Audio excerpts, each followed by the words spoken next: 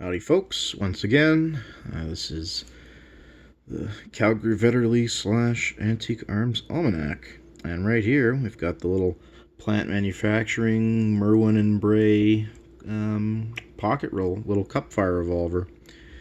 This is a very interesting gun, just basically due to the cartridge. Look, it's blinding you. See, the nickel's so clean and shiny.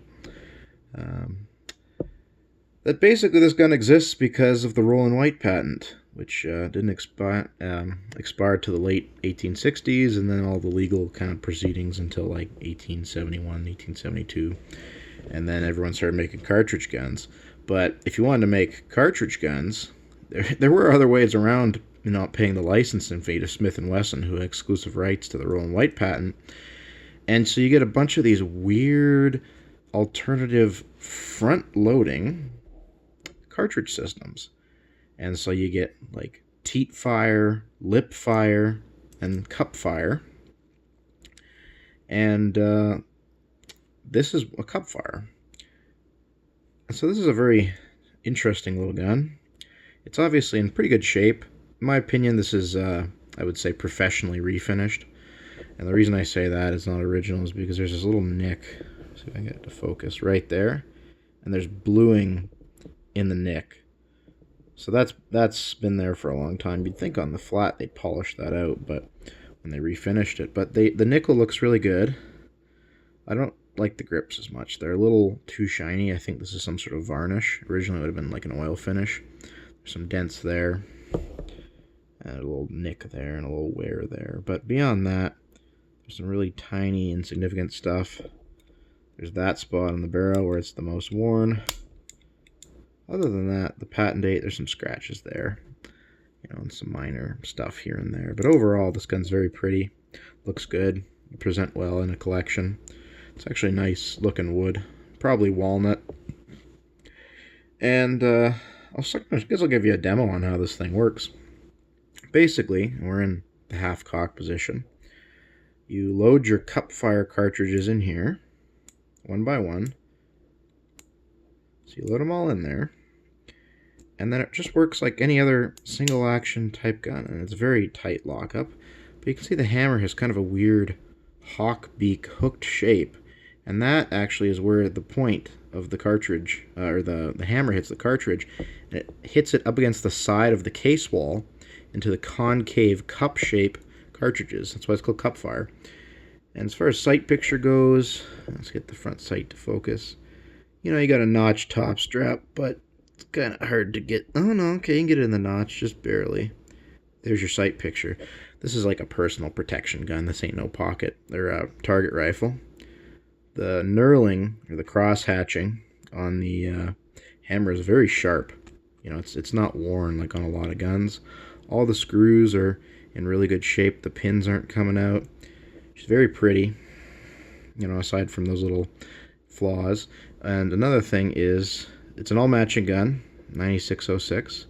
There's a little hairline crack in there, and there's a really tiny one there. You can see it when I get it in the reflection. Honestly, if you're going to shoot this gun, which I highly doubt, because you'd have to make your own ammunition, because it's not get a bulk pack at Cabela's type deal. And you could fire this gun, and honestly, I don't think those cracks would get any worse. But if you wanted to, you could strip this varnish off, do a traditional oil finish, and fill these up with either some type of wood glue, or I recommend using Brownell's Acraglass, which is a bedding compound, but it's basically a really strong, powerful epoxy. Now, you don't want to dry fire these guns, a lot like a rimfire gun, and I will show you on the cylinder where someone was dry firing it, which was kind of not great. So I'm getting this in the rebound position. There we go. You can hear she's nice and tight. And you might be wondering what this little toggle is. That's your ejector rod, see? Because it loads from the front. So the ejector rod is loaded there. So yeah, you'd put your cartridge in. Go to the next one.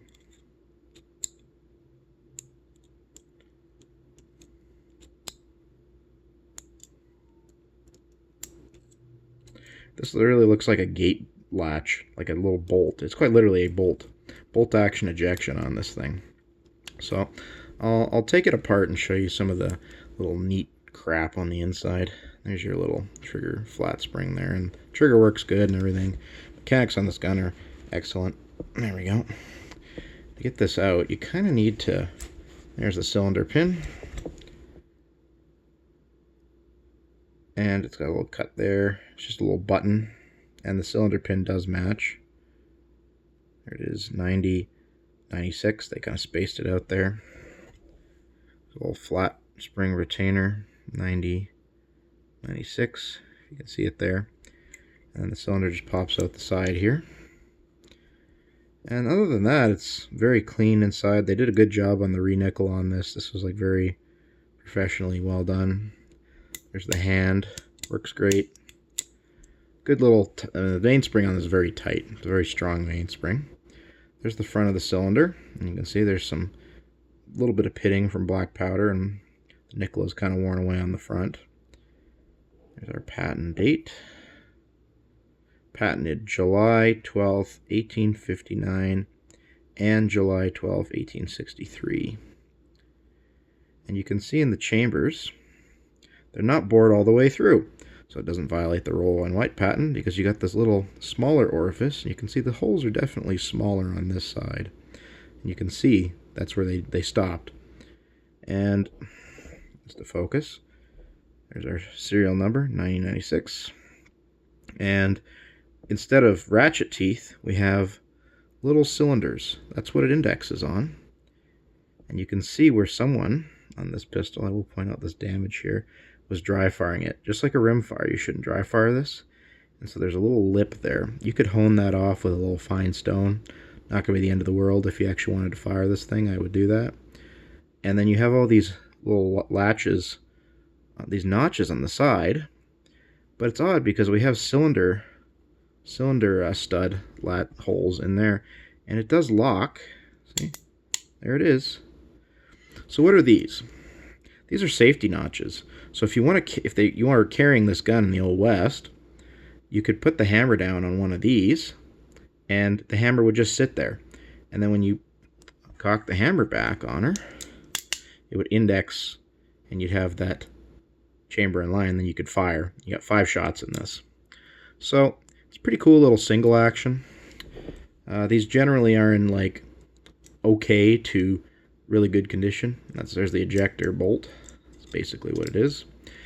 And the fact of the matter is these probably weren't fired too much just due to the fact that ammunition was not as widely available as, like, say, Colt, Winchester, or Remington ammunition. And really only a couple companies made this. So they're very difficult to find cartridges for. You're not going to find any. And if you do happen to find an old cartridge, I guarantee you wouldn't want to shoot it because it's valuable as a collectible, as well as the fact that the primer is guaranteed going to be dead. But see, that's how the hammer goes in there. Very unique little piece. Very interesting patent / Smith & Wesson / Roland White type deal. And you know, this could be yours if you like Merwin and Bray or Merwin Hulbert revolvers. This is part of the Merwin family because of the business concerns involved. And yeah, it could be yours if you want to scoop it up off me on Gunpost.